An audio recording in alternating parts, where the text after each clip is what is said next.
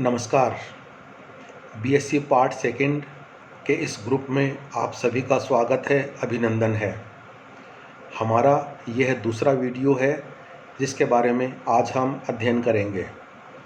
पहला हमारा जो वीडियो था उसमें हमने प्लांट किंगडम के बारे में जाना था और उसमें हम लोगों ने देखा था कि पूरे प्लांट्स जो इस पूरे विश्व में पाए जाते हैं, हमारी धरती पर पाए जाते हैं, उनको हमने दो भागों में डिवाइड किया था, क्रिप्टोगेम्स एंड फेनेरोगेम्स।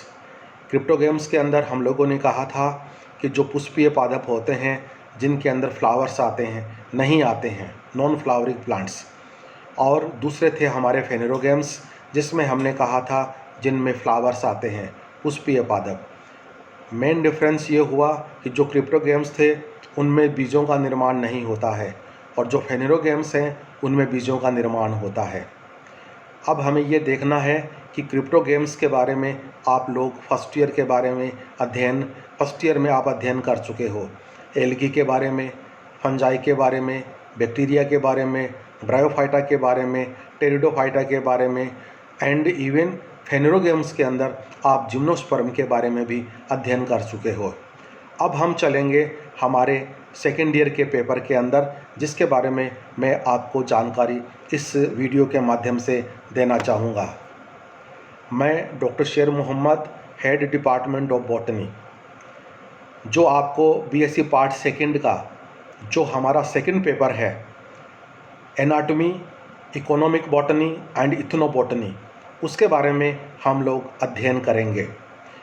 सेकेंड ईयर के अंदर मेनली आपको एंजियोस्पर्म्स के बारे में ही पढ़ना है और जो 3 पेपर आपके होंगे, पहला पेपर टेक्सोनॉमी के बारे में होगा और साथ में एम्ब्रियोलॉजी है उसके अंदर। सेकेंड ईयर के अंदर जैसा मैंने अभी आपको बतलाया, इकोनॉमिक बॉटनी, इथनोबॉटनी और मेन है वो इसके अंदर एनाटॉमी के बारे में हम देखेंगे। और जो तीसरा पेपर है आपका, वो है आपका साइटोलॉजी, जेनेटिक्स और प्लांट ब्रीडिंग के बारे में। फ़िलहाल हमारी जो व्यवस्था है उसके अकॉर्डिंग जो फर्स्ट पेपर है वो फ़िलहाल आपका खाली रहेगा। बीच बीच में हम लोग उसके टॉपिक्स भी कवर करते रहेंगे। जो सेकंड पेपर है वो मेरे द्वारा कवर हो रहा है और जो थर्ड पेपर है वो हरदेव जी के द्वारा कवर होगा और उनसे संबंधित जो वीडियो है और जो नोट्स है वो हम आपको प्रोवाइड करवाते रहेंगे। और जो हमारा सिलेबस है उसके अकॉर्डिंग हम आगे चलेंगे। और निश्चित रूप से जैसा मैंने कहा, पहले भी कहा कि ये सब आपके लिए बहुत फ़ायदेमंद है, क्योंकि जो कोरोना का पीरियड चल रहा है उस पीरियड में रेगुलर क्लासेस लगाना बहुत ही असंभव है।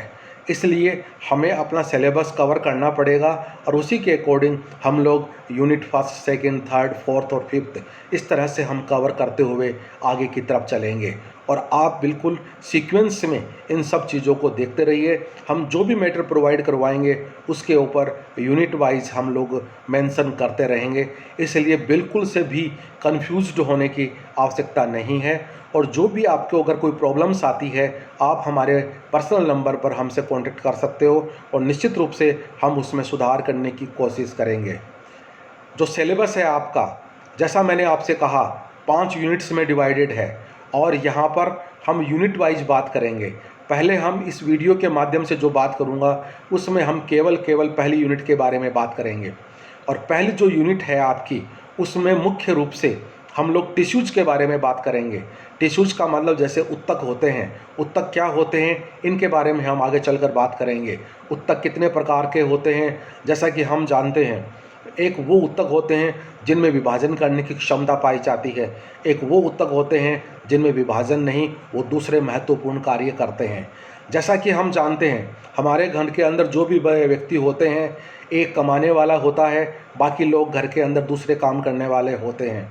इसी तरह से एक प्लांट अगर ग्रो कर रहा है तो कुछ कोशिकाएं जो सबसे ऊपर होती है वो विभाजन कर प्लांट को निश्चित रूप से ऊपर की तरफ बढ़ाने की कोशिश करती है और फिर दूसरे टिश्यूज़ और एक्टिव हो जाते हैं जो मोटाई में बढ़ाने का काम करती है। तो जो डिवीज़न करने का काम करती है उनको हम मेरिस्टेमेटिक टिश्यूज़ के नाम से जानते हैं। तो वो क्या होते हैं, उनकी क्या विशेषताएं होती है, उनसे संबंधित कौन कौन से सिद्धांत है वो दिए गए हैं, उनके बारे में हम लोग बात करेंगे।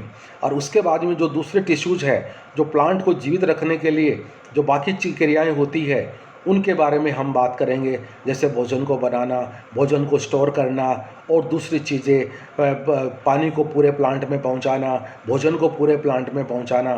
तो उनको हम सिंपल और कॉम्प्लेक्स टिश्यूज के दोनों स्थायी ऊतक है, उनके बारे में हम लोग बात करेंगे और उनके क्या क्या कार्य होते हैं उनके बारे में भी हम लोग बात करेंगे।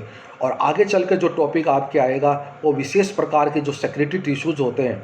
जैसा कि हम लोग जानते हैं कि अगर हम कैलोट्रोपिस यानी आंकड़े का प्लांट अगर हम लोग देखते हैं तो अगर उसको हम तोड़े तो उसमें सफ़ेद रंग का लेटेक्स निकलता है। ये लेटेक्स क्यों निकला, कैसे निकला, इनको कौन से टिश्यूज निकालते हैं, तो जो टिश्यूज इनको निकालते हैं उनको हम सेक्रेटरी टिश्यूज के नाम से जानते हैं।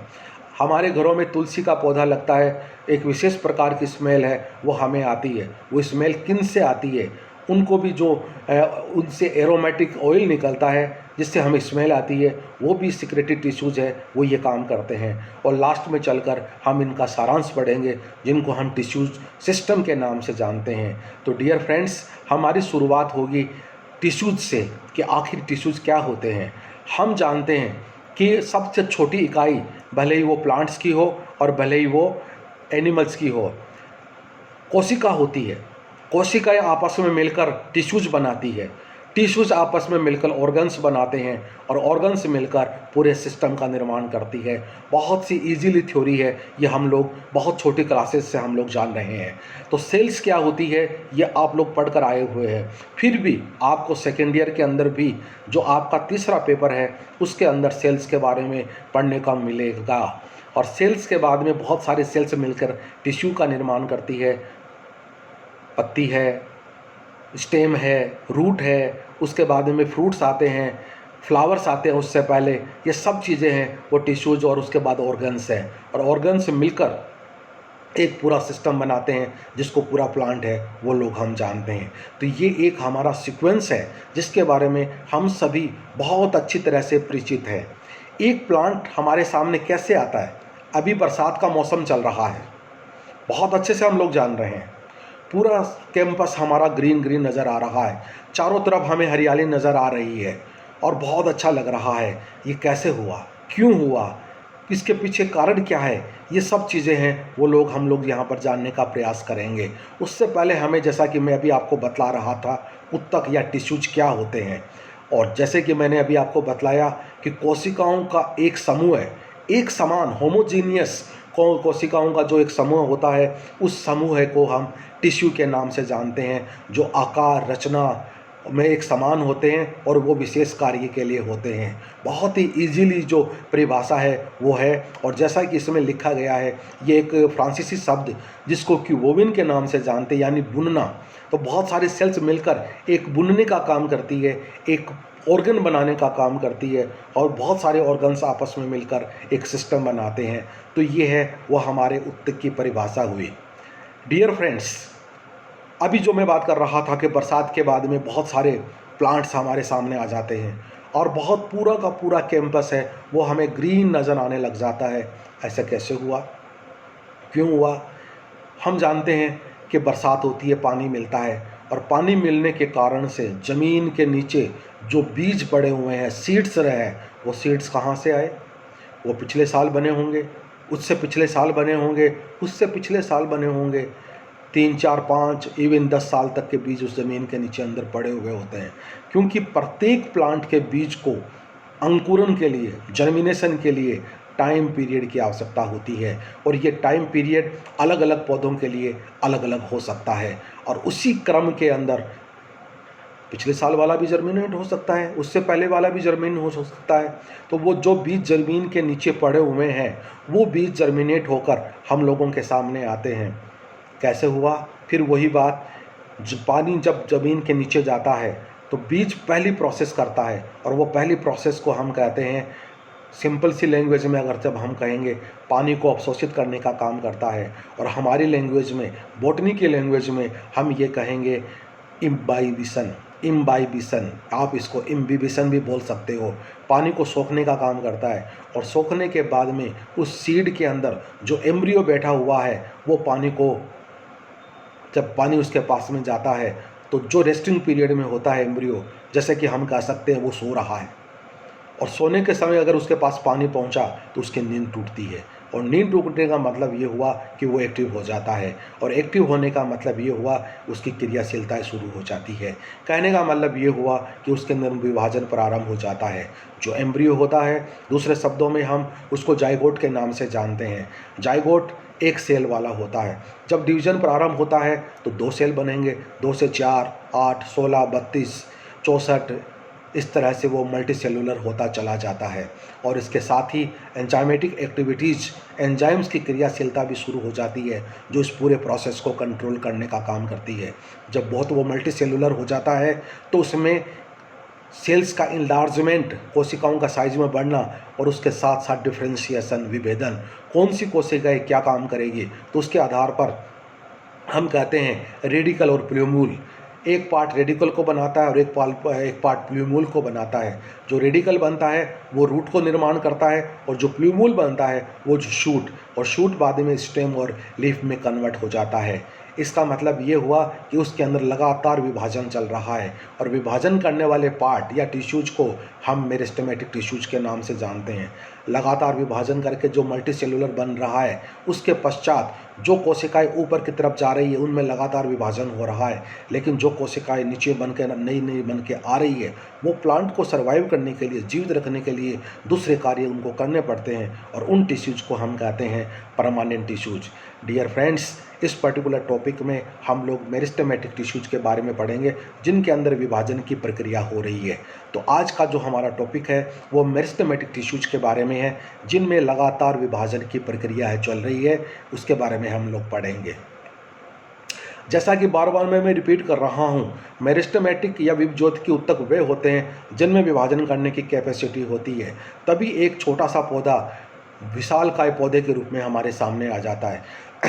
अगर उसमें विभाजन नहीं चल रहा होता तो वो विशालकाय नहीं बन पाता, और जो स्थायी ऊतक है उनमें विभाजन करने की क्षमता नहीं होती है, लेकिन ज़रूरत पड़ने पर उनके अंदर भी ये कैपेसिटी है वो आ जाती है। जैसा मैंने कहा विभज्योतिकी ऊतक, तो इनकी मुख्य विशेषताओं के बारे में हम लोग पढ़ेंगे कि विशेषताएं क्या क्या होती है। पहली, इनकी जो भित्ति होती है वो पतली भित्ति वाली होती है, आइसोडायमेट्रिक होते हैं, इंटरसेलुलर स्पेसेस एब्सेंट होते हैं, सेल वॉल है वो सेलुलोज की बनी हुई होती है, कोशिकाओं में विभाजन करने की क्षमता होती है, तभी तो ये बढ़ पाएंगे, और इनमें जो संचयित भोजन होता है वो अनुपस्थित होता है। उसके बाद में जो हमारा अगला टॉपिक होगा वो हम लोग इनके क्लासिफिकेशन के बारे में पढ़ेंगे, उत्पत्ति के आधार पे, पोजीशन के आधार पे, डिवीज़न के आधार पे, और कार्यों के आधार पे। ये जो टॉपिक है ये हमारा अगला टॉपिक होगा, उसमें हम इसको कवर करने का प्रयास करेंगे। डियर फ्रेंड्स, सबसे महत्वपूर्ण बात है कि हमें अपने टॉपिक को कंटिन्यूएशन में रखना है, तभी हम लोग इस चीज़ को कैच कर पाएंगे, समझ पाएंगे, अन्यथा समझ पाना बहुत मुश्किल हो जाता है। तो आज का आपका एक बेसिक का था, इंट्रोडक्टरी था कि हम लोग किसके बारे में अध्ययन कर रहे हैं।